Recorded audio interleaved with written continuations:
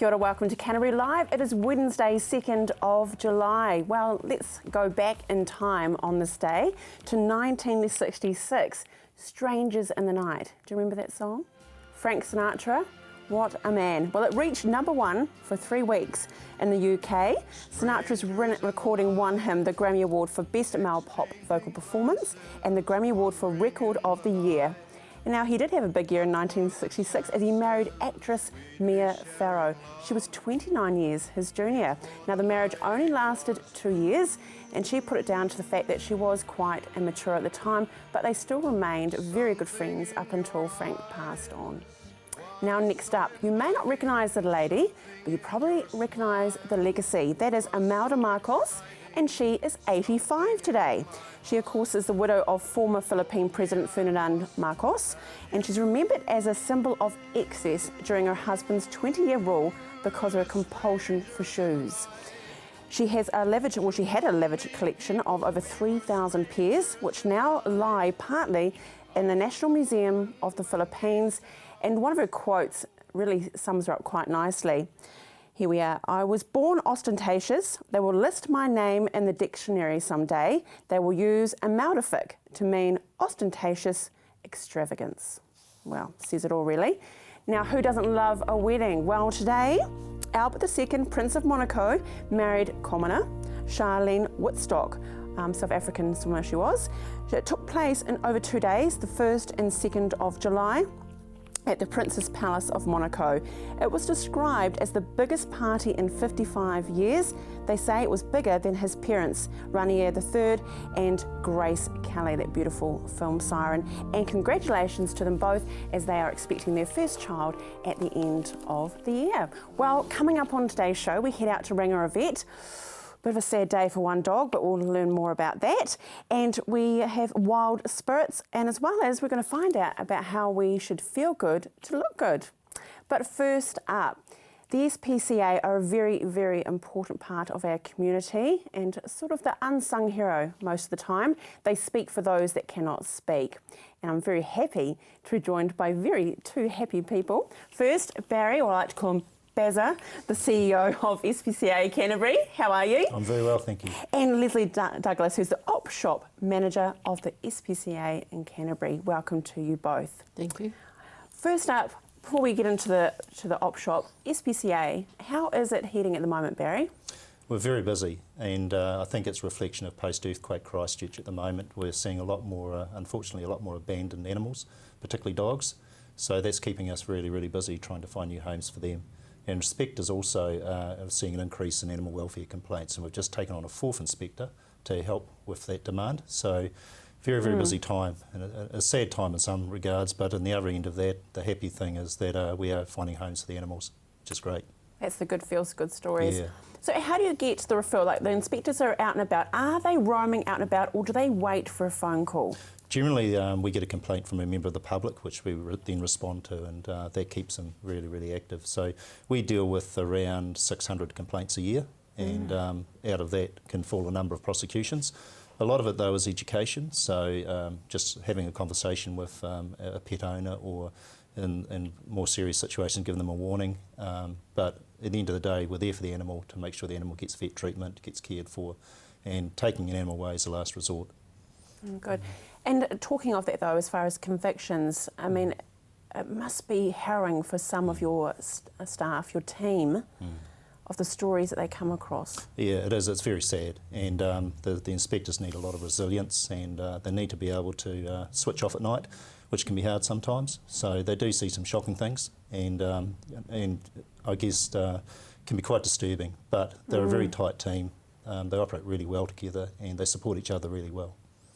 A very important part, of course, with the SPCA is the fundraising and the funds to keep on going, and you're very lucky to have a partner in crime to your left. Yeah, absolutely. Now, Leslie, you're the manager of the op shop, and I will put my hand up. I didn't even know there was an op shop for the SPCA, so I'm sorry about that for one, but educate us today. Where can we find it?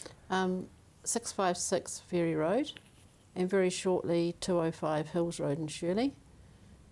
We're working now to set up our second one, and hopefully looking to open towards the end of July. Brilliant. So you've got a big team then, obviously now that you'll have to extend that with two shops. We run on 2 paid part-time staff, myself and a shop coordinator at Ferry Road. And we have 36 wonderful people who give their time freely as volunteers, who are the backbone and soul of the shop. And we like to call it the op shop whānau. They're just one big happy family, really, and they absolutely love it. And they get just as much out of it as what giving to the community and what the community do, really. They're wonderful. Well, we've got some images, actually, of the shop in Ferry Road, so we have a look at that. So there we go, about the SPCA, obviously. So this is Ferry Road? That is Ferry Road, yes, that's the end of the shop, and we have an area there sort of with carpeted and seats where people can sit. It's front of the shop end, bric-a-brac, all clean, washed. Nothing goes into the shop that's not washed or cleaned. Great. Oh, hello. Oh, hello, and, yes, Daniel. Jeepers Creepers, is he on the roster as well, Mr. Daniel Carter? Oh, well, Say it'd be yes, good. say yes. Yes, say yes, yes. Yes, he is, yes. Okay. Yes. I'll let you know, ladies out there, when he's actually going to be in the shop. Yes. Children's wear, we sell a lot of children's wear, keep the prices low so that the kids, you know, and the parents have a good choice of stock. Great. And this is, again, Ferry Road, woman in the women's section. We're very lucky, I must say, to say that we get such good quality donations coming in from the public. We've been really spoilt with that. Well, it does look very healthy, the stock. Very doesn't it? healthy, yeah. It's all clean, no rips, no tears. No, we're really, really spoilt. And the more customers we get, the better we like it, really. Absolutely. And we had Dan Carter before, a nice feel-good story. He's been a very, very generous donator, hasn't he? Very, very generous, yeah. He came in with 4 truckloads over 4 days. Jeepers. Just kept on coming. It became known, so we had queues outside the shop waiting for his autographs and that sort of thing. He donated as he was shifting up to Auckland, clearing out his house, and just kept on giving, really. And even his underwear. Yes, right, yes. Cheapers. Shirt off his back, undies off his... Well, enough said, really? Yes. Okay. Now, Barry, with all this wonderful work from Leslie and the team, what more can we do from the community to really support the SPCA message? Oh, I think everything anyone can do in terms of supporting our fundraising is hugely valued by us, not only at the op shops, but supporting our events and our appeals. We're always looking for volunteers to help out at the centre or in the op shops and people to give their time. And I guess also just supporting us with the key messages we put out there around animal welfare and caring for your pets. So, you know, we are sort of trying to address an issue in our community, and it's really good if the community gets behind us and supports the work we do. Great. Thank you to you both. Thank and you. Remember to go on to the website, it's spcacanterbury.org.nz for more information. Stay with us after the break. It is an animal theme. We're out to Rangiora Vet.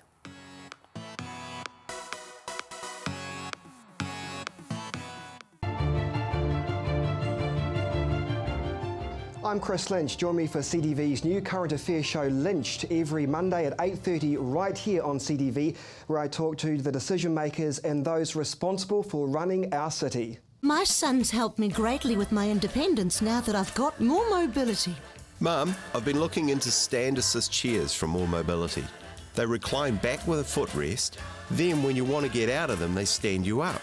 You can even sleep on them. More Mobility can bring one out for a free trial. There's even electric beds too. What do you think?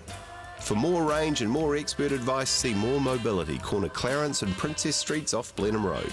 What a difference more mobility makes. Pestral has the latest technology that repels rats and mice and even helps control cockroaches. Covers walls, ceilings and open spaces. Combines electromagnetic, ultrasonic and ionic technologies.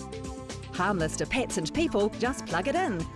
Order your Pestral rodent-free today. Now $149.90 plus courier. Order within 20 minutes and get it courier free. Call 0800 88 88 44 or go to pestral.co.nz. Join Graham Sinclair and the team at Gone Fishing as they bring you great stories, fishing tips and beautiful scenery. Gone Fishing, Friday night at 8:30, right here on CTV.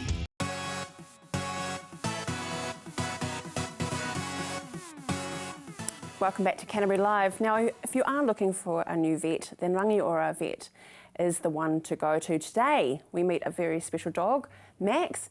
He is going to be neutered, so it might make your eyes water or cross your legs for a little bit. Now, I do have to warn you, if you're a little bit squeamish, you may not want to watch it all, but all the significant bits are blurred out. But here we are, Max the dog.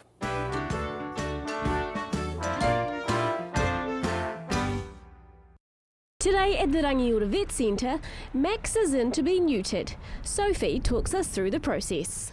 So the operation we're doing today is a dog neuter. There's lots of reasons why we want to neuter them. This is a really good age. This dog's about 7 months. We normally say from about 6 months onwards. If you're going to get them neutered, that's a really good time to do that.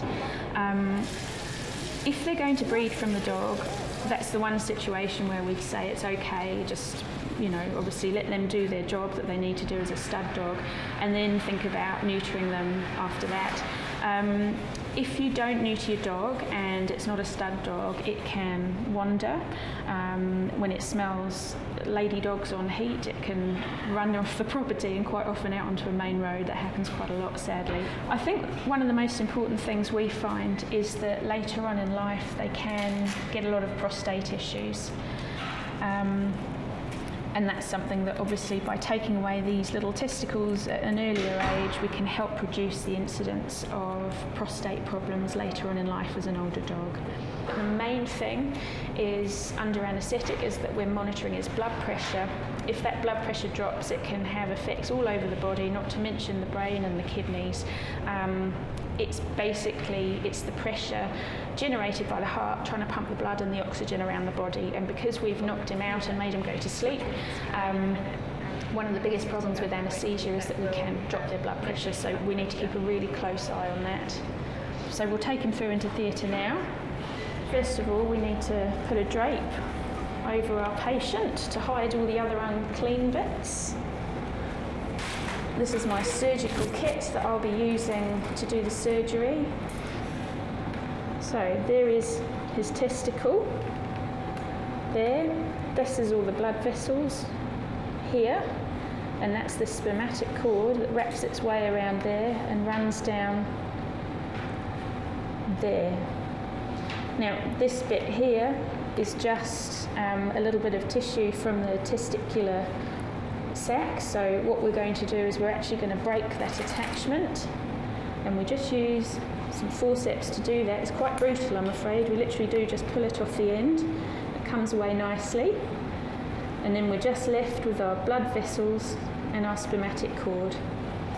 So I've got my 3 clamps in place. I'm now going to use my suture material here. This particular stuff is absorbable material, so we don't need to take any of these stitches out. Luckily, they're right inside the dog. We're tying off the blood vessels so that we can take the testicle away, and we know that the bit left inside the dog isn't going to bleed.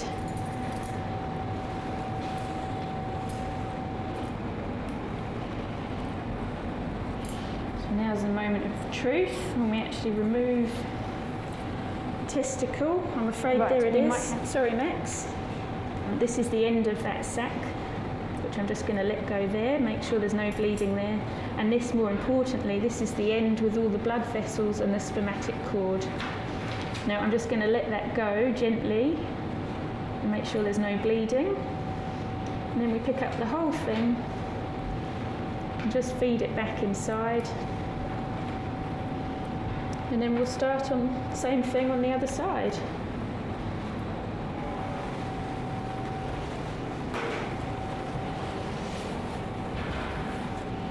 So there's his little wound there, and obviously he's missing a couple of things. Kim will give that a clean up. It looks a little bit puckered now, that's quite common, but that just relaxes as time goes on, and it's not too tight, so he shouldn't have any pain issues with his skin. So this is him in recovery.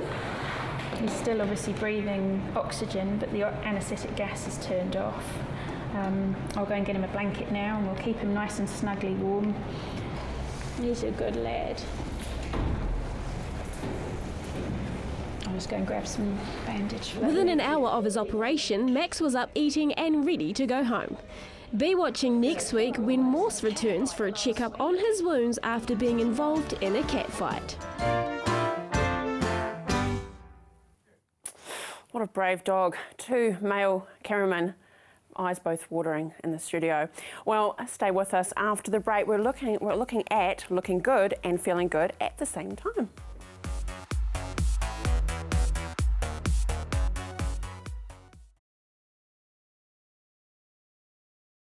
The Tiki Tour Ride. Kia ora.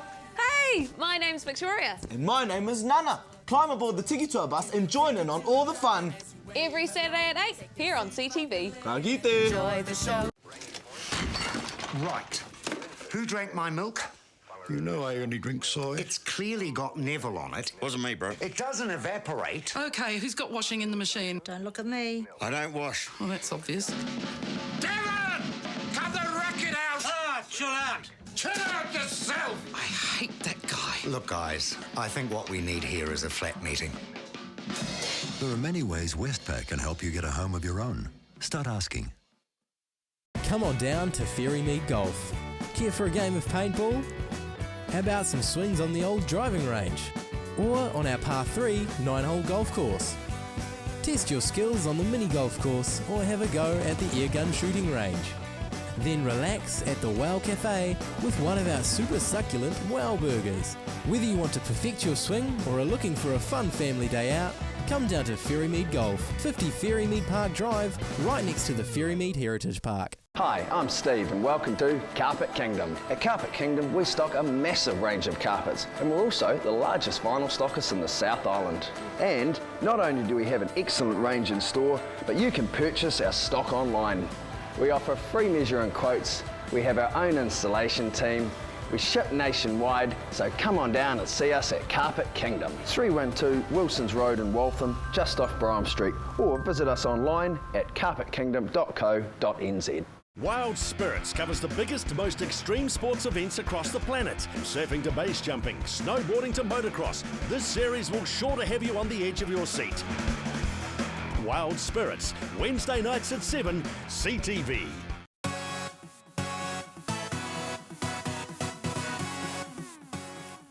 Welcome back to Canterbury Live. I'm joined now by the General Manager of Look Good, Feel Better, Claire. Claire, welcome to Canterbury Live, and you've come down to us from Auckland, which is very kind of you today. Oh no, thank you very much for having me. I love coming to Christchurch. I lived here for a number of years, so it's always lovely to come Coming back home. Oh, good on you. So let's get to the nitty-gritty. What is Look Good, Feel Better? Look Good, Feel Better is an international charity in 24 countries. It's been running in New Zealand now for 24 years, and we're a charity specifically aimed at the appearance side of the changes that happen going through cancer treatment. So a 2.5-hour workshop where the women are actually shown how to have practical tips, how to redo their makeup, learn to draw their eyebrows again, wig techniques, etc. But mainly it's about feeding the soul and the spirit as you're going through a very tough time with your cancer treatment. Must take a very special team to do that day in, day out. We're very, very lucky. We have 15 tutors nationwide and 490 odd volunteers who give their time, about 70,000 hours a year, just for all the women that we actually look after in our workshops. And that would be over 3,000 women a year that come through our workshops. So today, 30 women will have been given the news that they have some form of cancer, and we're there to support and to give them tips to actually get through their treatment time. How wonderful. So how do you receive your referrals? Do women come to you, or how do they find out about you? A number of ways. The oncology nurses are fantastic and they're very, very supportive for Look Good, Feel Better. It could be through the Cancer Society. We operate our workshops in Canterbury at the new Cancer Society building, so we're very lucky that they support us too. You can come to our website. You can call us and you can just book a program. So any woman, any teenager, hopefully we'll have a men's program this time next year and we can talk about that. But that's neat. Any woman going through any cancer treatment can come to one of our programs. Can you step us through, Claire? You get a phone call a candidate. And where do you go from there? How does it work? Often they'll call, first of all, to find out whether they're eligible. And often they're not sure whether or not when they need to come. Is it before their treatment, after their treatment? And really, from our point of view, we're talking about when it feels right for them. And it could be during, or it could be right at the end. And then we'll talk through in terms of saying 2 hours, this is what will happen. You'll have a one-on-one because we'll have the tutor, but you'll also have a volunteer with you who specifically take you through each of the steps. And what happens is we'll do half of the face and the participant does the other half, although we never let anybody go away with a wobbly half. Picasso. That's exactly.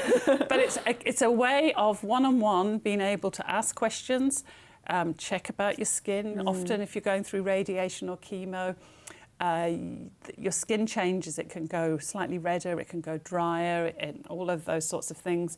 You learn how to actually cope with our eyelashes at times as well, and how we can actually define the face.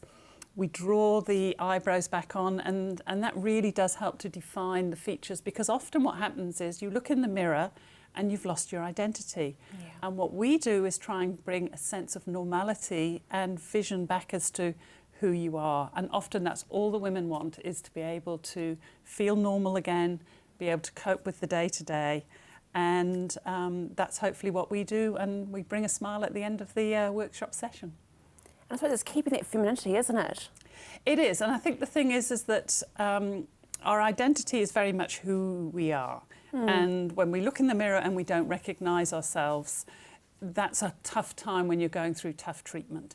So to have some tools, to have a pop of lipstick, to be able to draw your eyebrows, to put on a great wig, or a fantastic bandana on those days where you just don't feel like doing anything else, just gives you that strength and confidence to say, no, I'm actually going to keep going and I'm going to try and do that.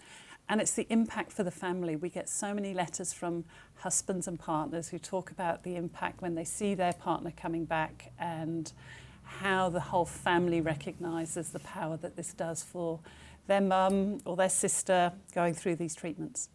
You obviously need resources though, Claire. We always need resources. We're very fortunate that the cosmetic industry supplies much of our product, so we're very, very grateful. Always looking for volunteers. If you're a makeup artist and you believe that you could spare some time to be a tutor or a volunteer, we would love to see and meet you. And certainly, because we are non-for-profit, as you've heard earlier today as well, all of our funds are through fundraising and events in a very, very similar way. So we have to, it costs $80 to put one woman through a free workshop for them. So there's a lot of fundraising to be done. So that's one of the reasons why Feel Better Month happens in July. And that's what we're here for today. Okay, thank you, Claire. Well, there's a call to action. If you do have the resource or the skills, then make sure you contact lookgoodfeelbetter.co.nz for extra help. Thank you for joining us today. We'll see you tomorrow. Now join Wild Spirits. Welcome to Wild Spirits. We're high up in the Austrian Alps for the Ötztaler Cycle Marathon, the ultimate road cycling marathon that traverses the Austrian and Italian Alps. The race is all about the dream of humanity to reach unique performance, carry out superhuman feats, and truly push boundaries. And that dream is about to come true.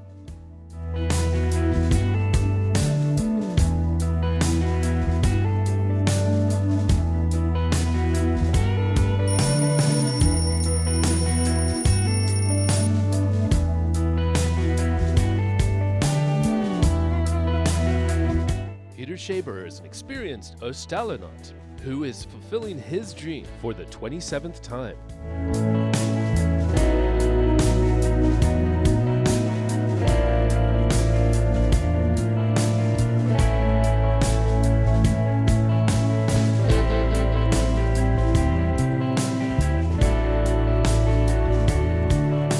It's time for the 30th edition of the Ötztal Cycle Marathon, a legendary race that predates aluminum frames and mountain bikes.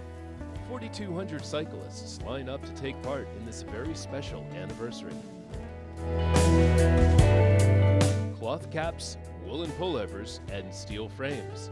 The 26 vintage cycle riders are a special sideshow.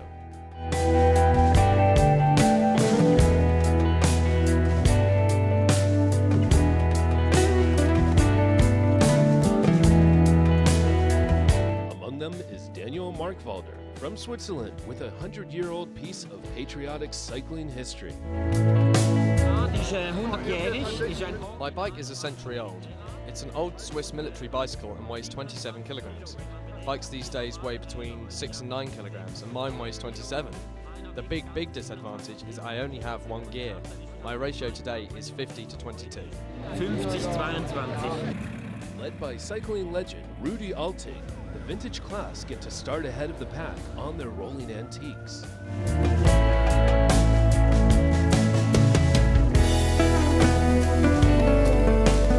As the historical bikes pull away, the rest of the racers have to wait for the countdown.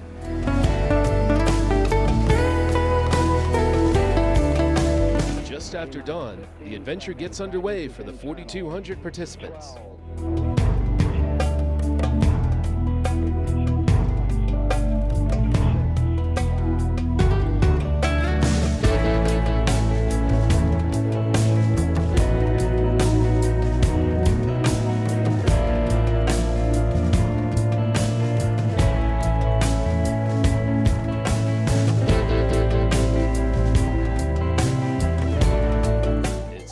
Until the last cyclist has crossed the starting line. There are a record number of cyclists here today to celebrate this milestone event, which began as a race of hundreds, has become a must-see event for thousands of cyclists from 28 countries. The 30th anniversary edition course takes in 4 alpine passes, 5,500 meters of altitude, and 238 kilometers through Tyrol and southern Tyrol. Sölden in Tyrol is the start of the race. From here, the cyclists follow the Kutai to Innsbruck, and then the Brenner to South Tyrol. Then it's through the Jaufen Pass into the final crowning challenge of the race, the 2,509 meters of the famous Timmelsjoch mountain.